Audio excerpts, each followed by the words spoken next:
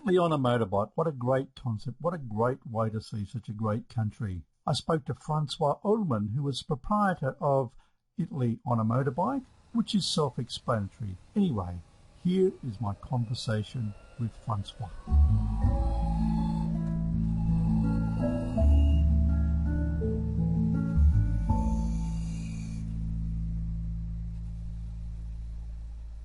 Now, Italy on a motorbike, when I think of Italy, I think of Vespa scooters. Is that the sort that you have?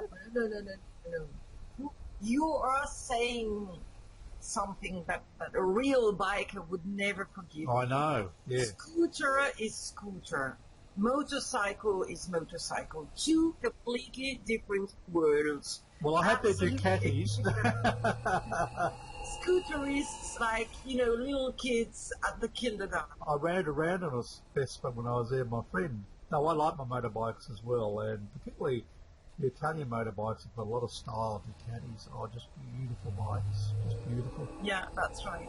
So, no, actually, there are people who organize in Italy some shorter tours on a Vespa, or usually a Vespa, because this is the classical Italian school. Obviously, we can organize events as well, because we have as well our own program of pre-packaged tours, and we also organize custom-made tours. So if we have a group or, some requests for a 2-3 day tour on a Vespa, or to integrate it in a motorbike tour, this can be done without problem. Obviously, you cannot make 2,000 kilometers on a Vespa. No.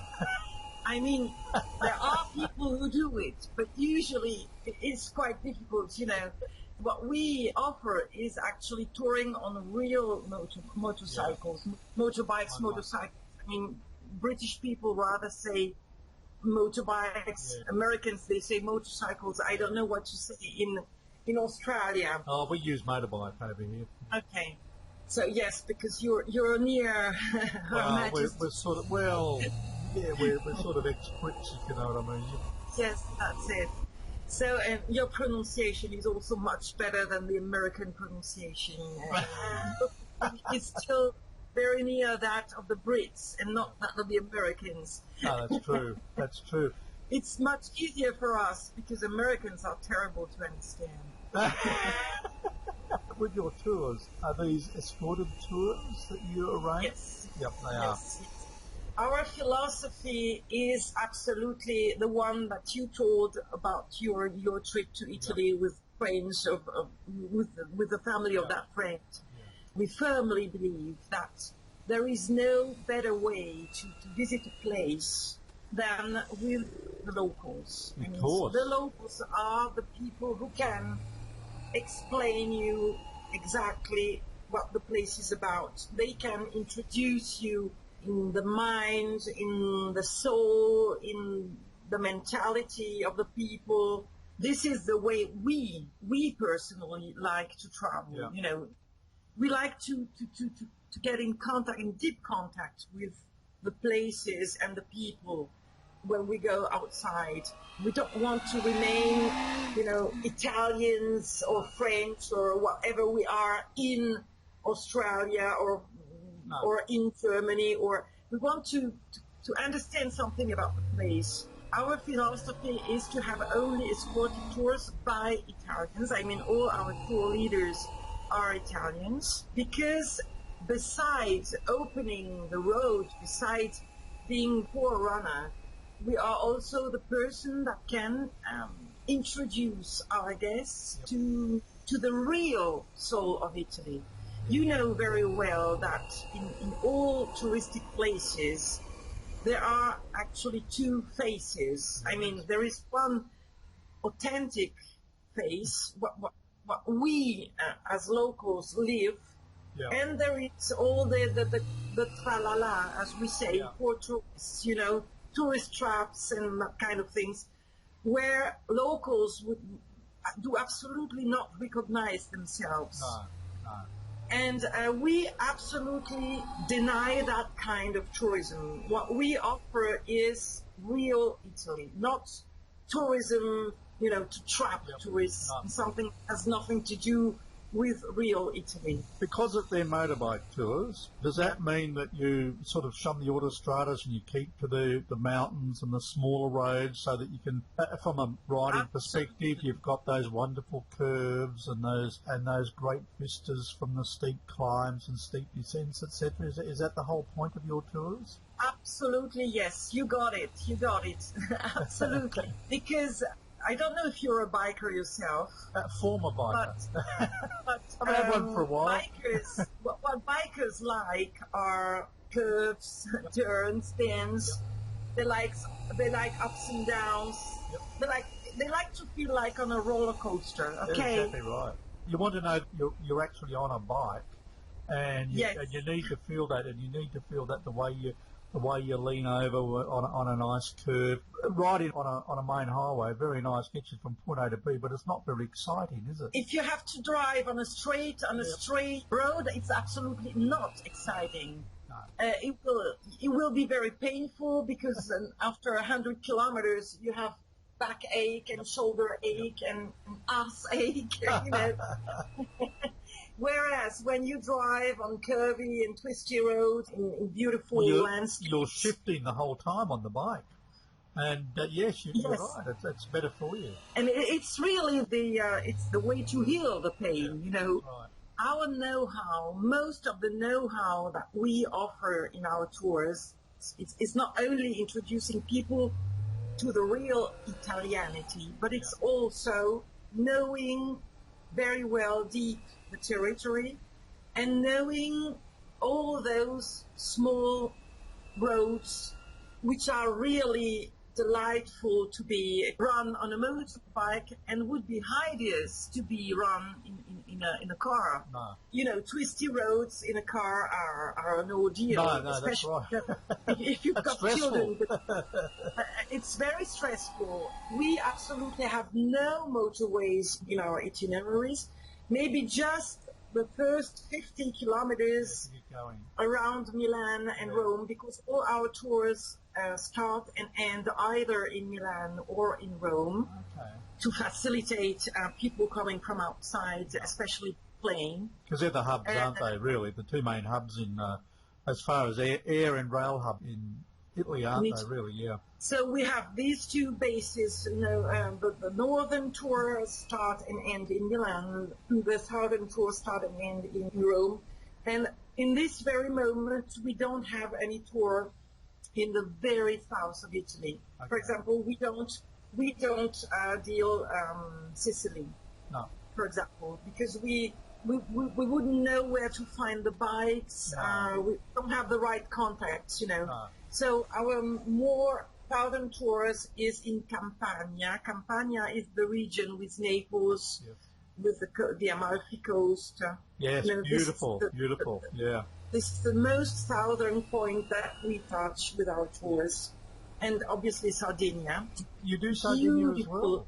Okay. Absolutely. You would go to Sardinia and pick up your bike on Sardinia then, would you? We have two solutions. We have a Sardinia tour that starts from Milan, and we have included in the tour the ferry boat crossing, and on the same tour you can hop on directly in Alghero, which is on the island. Yes.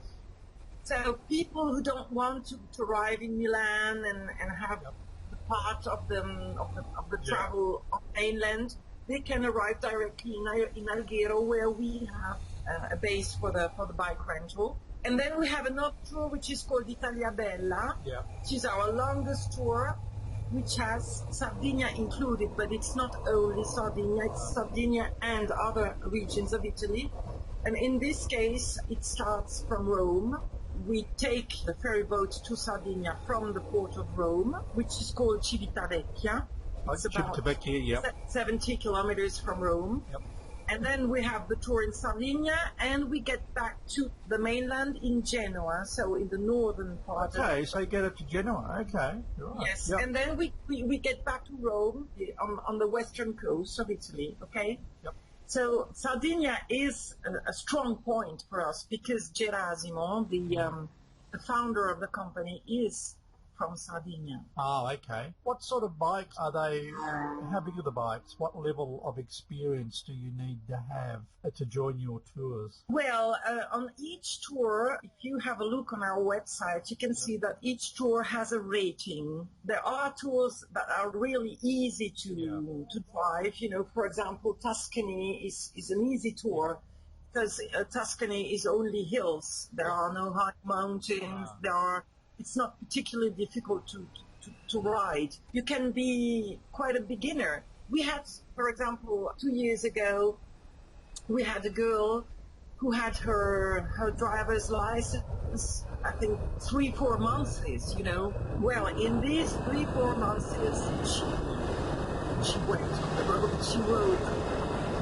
But I mean, really, her experience was really a few months. We had another tour in Sardinia. Sardinia is another tour which is not difficult, technically speaking. Had another guy who had to take in his driver's license as well 2 or 3 months before. So you don't need to be really an expert rider for some tours. Obviously, the tours in the Alps require expertise. Because these because ones, of the roads. yes. Yeah. The Alps are really hard, tough. So you have to verify on the website, on the tour sheets, which is the difficulty degree. But as I just told you, we have some tours that if you have only 2, 3, 4,000 kilometers experience can be enough for some tours. What about things like helmets, leathers, etc.? Do the riders have to provide their own, or do you provide that, or do you rent them to them if they don't have their own? The first thing I have to say is, obviously this won't do for Australian people, but I don't know who actually hears your radio. I'm heard in over 100 countries. Okay, so maybe not all the people who hear your radio are coming from so far as Australia. Well, the first thing I have to say is that our tours are open as well to people who come with their own bikes, Brits, French, Germans. They can come with their own bikes, or you can rent a bike through our partners. Okay, so this is the first thing to say.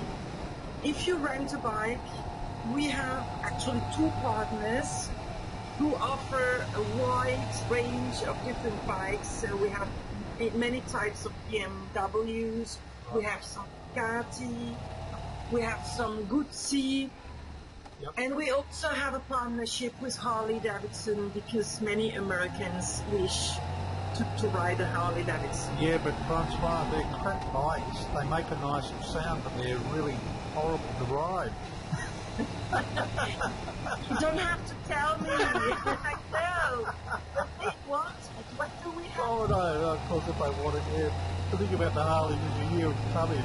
The thing about the Ducatis and the Guzzis and the BMWs, etc., is you don't hear them coming, but gee, they look great when you do see them, don't they? We also offer these, foolish Harley Davidson because many Americans want them, so we had to make a partnership with Harley Davidson as well. Though I have to say it creates us difficulties because Harley Davidson is really not a brand which is so much. It's not big in Europe. It's not big in Europe, is it? No. So it's hard for us to have, if you have a special demand, that takes us in difficulty. Because we have just very few partners, they have few machines, so we prefer people to choose the other brands that I told you before. And just to come back on your question, together with the bike, you can rent the helmets, which are, let's say that we give them serially. With the price of the bikes, we give you the helmets serially, because a helmet is also a lot of volume in your luggage. So, and not only it's a question of volume in the luggage, but for example, the American helmets are not allowed in Italy. They are not. No, you know that in Europe, all the European equipment has to be the CE norms. Yes. and the CE standards. American helmets do not comply with our standards. Okay. Oh, that's So interesting. one reason why we always rent the helmets for non-European people is a question of volume in the luggage, but it's also a question of compliance with the laws. Okay, you can have the helmet, and you can also have lots of other things. You can rent boots, gloves, jackets, GPS, whatever, rain suit. You know, obviously the cases are on the bikes. We supply serially with bikes. We supply cases and the helmets. Cost the same. Obviously, you would find there would be a lot of couples, so you would have a rider and a pillion passenger. The cost for the tours is the same for both, is it? No. Oh. We have actually 3 prices that depend on how the bike and the room is occupied. I mean, one case is one person on the bike and in the room. So single room. Okay. Single room. Yep. The standard is single rider in shared room. Yep. Okay. Because this is common in the world of riders, that 2 riders who don't know each other, they will agree to share a room. Yeah, of course. So you have 2 people, each one on their own bike, but they share a room. Yep. This is our basic price, okay?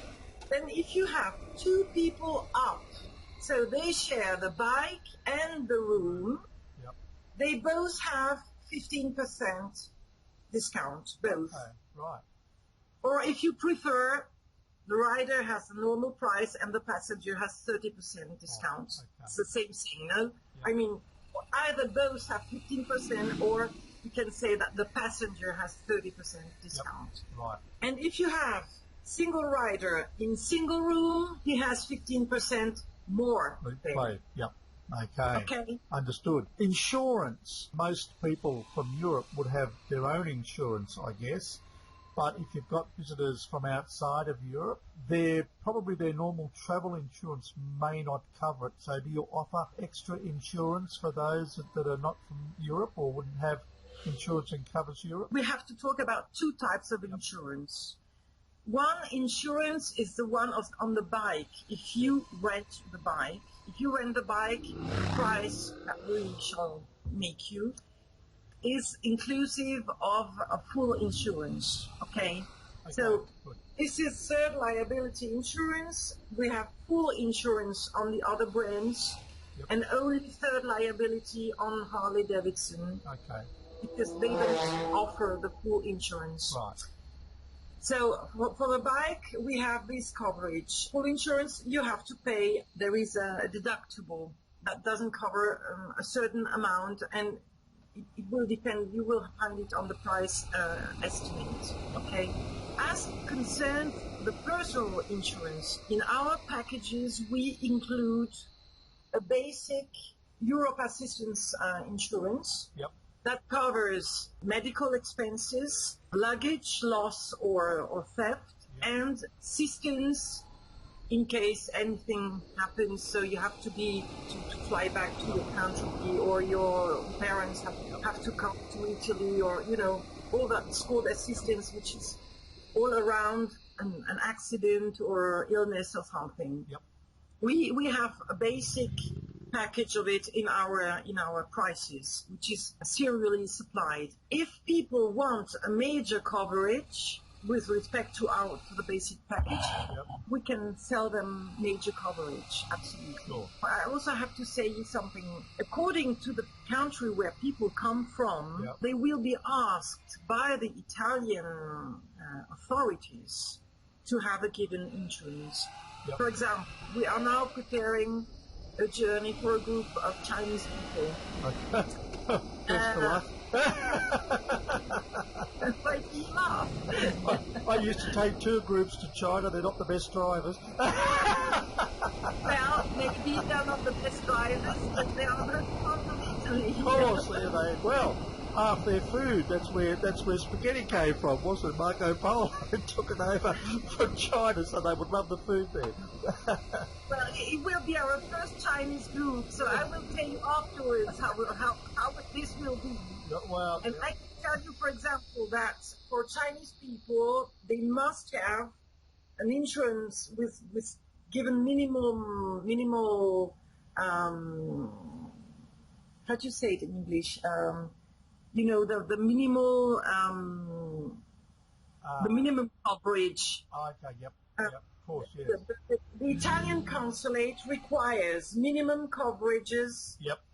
for the Chinese people, for example, because their sanitary system is not has no direct connection with us, with ours. No, that's right. I know that, for example, for Australian people, there is convention between your sanitary system and ours. That's right. So as far as I know, but I should always verify, our basic insurance should be enough for the Australian people. Americans have to have a higher minimum as well, because America has, as you know, they don't give medical insurance to their own citizens. No, that's right. That's right. For them outside. So it depends on the country where you're from. We always give a basic insurance, but for some people, for some countries, it's really the Italian consulate that requires a major coverage that we can supply, but there is a supplement to pay. Okay. What about meals on the tour? Are some meals included or all meals included? Because obviously you'd be going to little cafes in villages and stuff, and where people would look after themselves, I guess. We have decided for a formula, which is, let's say, it's a half-board formula. So we give one meal per day. Yep. It may be the evening meal at the hotel, right? But it can also be a lunch in a special restaurant. Yeah. Because what we want is, again, acquainting people to the very soul of Italy. Of course. We are aware that half-board meals, though always are accommodated in very nice hotels with good food, top-class structures, but half-board food is never the maximum. We know that. Yeah. So we always include some lunches in special, typical places that we deserve to be known, where they have some typical dishes that are really great and that people will probably never try on their own. No, and these would be local restaurants, wouldn't they, that specialise in the cuisine of the area in which they are based, I guess. Would that be true? Yes, absolutely, absolutely. When we offer the lunch, it's always in some typical trattoria, typical refuge. If we are in the mountains, where you can find really local food, that again probably strangers would never order on their own. They would probably not even know the place. They wouldn't enter in that restaurant, So we wanted to give them this opportunity to have some special dishes that we have chosen in very hand-picked restaurants where we know that this dish is really very good. And another thing that we do is that on those days when we offer the meal, the lunch, people are free to have dinner where they want. Yeah. And this is very important as well, because our trips are group trips, group tours, not big groups, because you cannot, you have maximum 12 bikes per tour. It's impossible to monitor more than 12 bikes with 2 tutors. Yes. Always 2 tutors. So you have one at the front and one at the back, do you? Yes, that's it. Yep. Yeah. So maximum 12 bikes. But this doesn't mean that people have to stay all the time in the group. Absolutely not. That's just, yep. We also give the persons time enough to remain on their own, or in a couple if they come, So some evenings you are free to eat where you want, what you want, with whom you want. Especially we do that when we are 2 nights in the same place, so that the first evening maybe they will have a stroll and they will see the small romantic little restaurant they would like to eat the day after, you know. We think it's very important as well to leave also people the opportunity to discover our gastronomy on their own.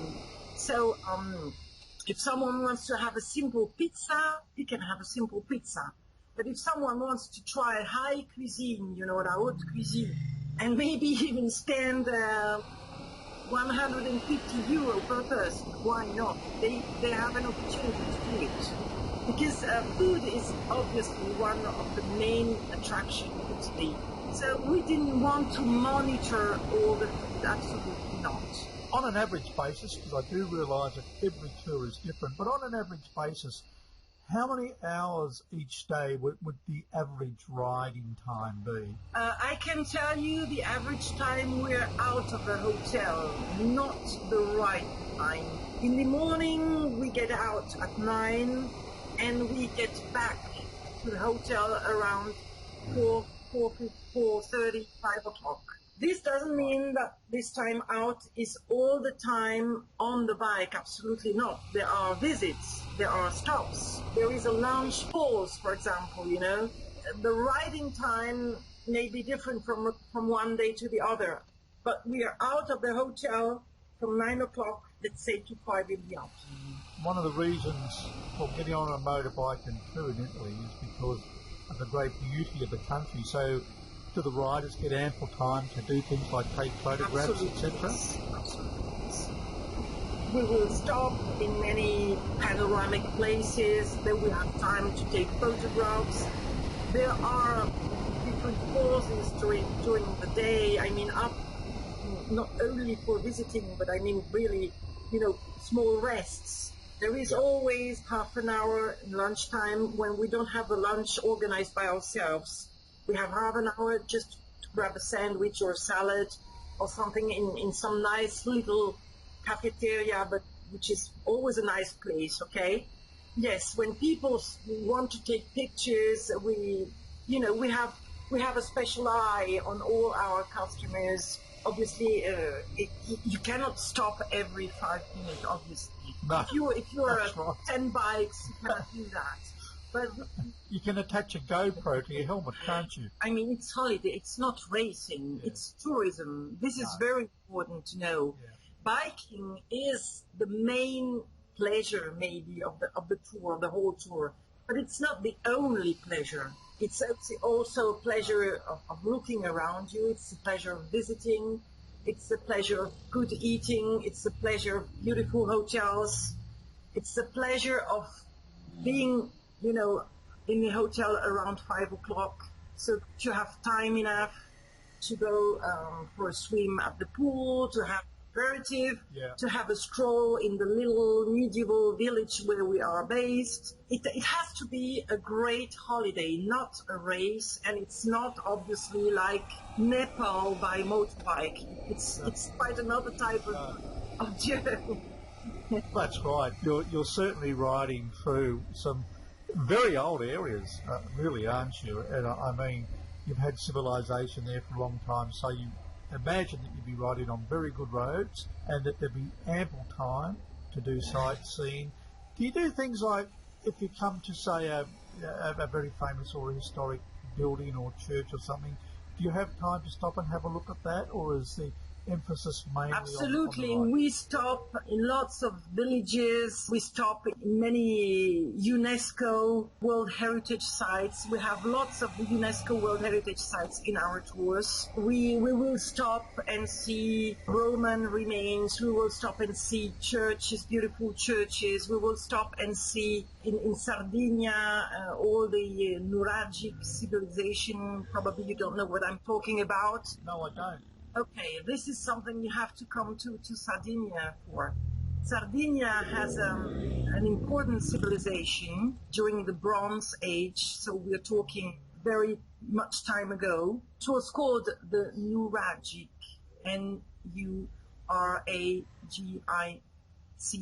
the Nuragic civilization, Right. which is a very, very, very mysterious civilization. And there are lots of remains of this civilization only in Sardinia, in no other part of the world. there are the remains of this civilization, which is surrounded by mystery, because though we're talking of people who lived more than 3,000 years ago, their typical buildings that were called nuraghe were made, for example, with huge stones which weigh I don't know how many tons. They are perfectly squared. Perfectly squared. It's a kind of mystery, like the Egyptian pyramids. You know, there is a lot to see about nuraghe in Sardinia. People don't know that, but it's very, very interesting. We bring you to visit, for example, the most famous nuraghe, which is a World Heritage Site by UNESCO, for example. And so do we in all places. You know, we let people stroll in medieval villages. They will have time to see Italy. Ours are also cultural trips. They are not only landscapes, it's also cultural. Obviously, we won't take people in museums, because spending 2 or 3 hours in a museum is really far from the motorcyclist philosophy. But it's not just seeing the landscapes while on the bike. It's also stopping and visiting, you know, small things, like I told you, a church, and things that people won't see in other parts of the world. So they're usually very much interested. Big towns are outside our program, because it's impossible to move with 10 bikes in Rome or in Florence. You lose everyone, exactly, you know, at the first traffic light. You lose everyone. So big towns are obviously not included in our programs, because they are not compatible with motorbiking.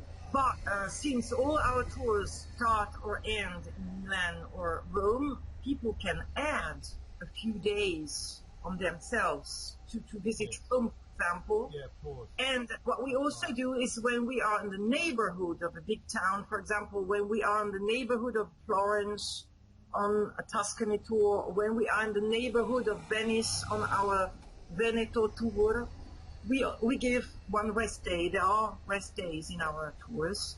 And during the rest day, the people can visit Florence or Venice by themselves on foot. Francois, I know that your husband, Gerasimo, he is the one, it was his dream to start on motorbike. Before you met him, were you interested in bikes, or have you become interested since meeting him? Yes and no. I mean, also my first husband was a kind of a biker, but he was only a Sunday biker, let's say.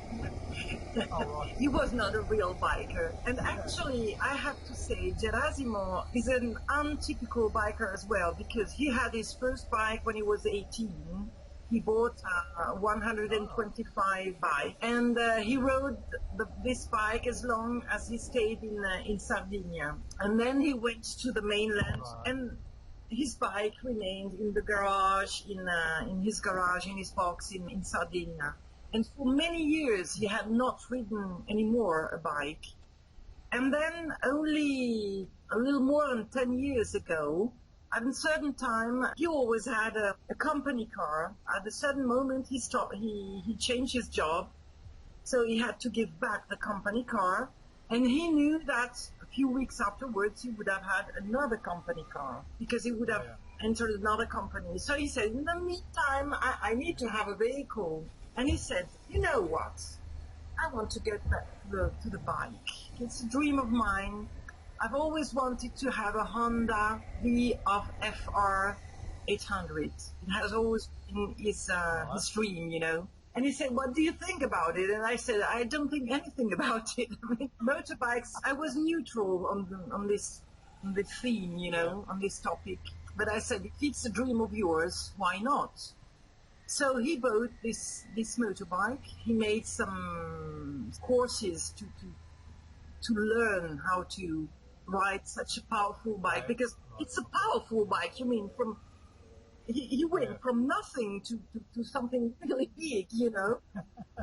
We started with day trips together, and in the beginning I was really a saint. I can tell you, I was a saint. To trust him in the beginning. But he was full of goodwill, and he learned how to ride the bike, and then it turned very quickly to be really a pleasure for both of us. I'm only a pillion. I don't ride the bike for myself, but I really love to travel on the motorbike. It turned to be a passion for me as well. But yeah, he transmitted his passion to me. And you've turned that passion into a lifestyle and a business, and that must be very satisfying. It is absolutely. We had, at a certain point of our life, we had to make a deep change because our job depressed us, you know. We both felt that we had to make a big change in our life. We thought if we don't do the switch over now, we won't do it anymore. Yep. And so we decided to throw away our old life and begin this new adventure of turning a passion into a job. It all matched together, and this made it possible. Italy on Motorbike. You've got a website which is obviously italyonmotorbike.com. You've got everything there. People can read about your tours. They can certainly book through that website. I have to say, Francois, it's been lovely chatting to you and finding out about your tours and about the history behind Italy on Motorbike. I'm talking to Francois Ullman from Italy on Motorbike, and it's been wonderful chatting to you. Thank you so much. It was wonderful for me.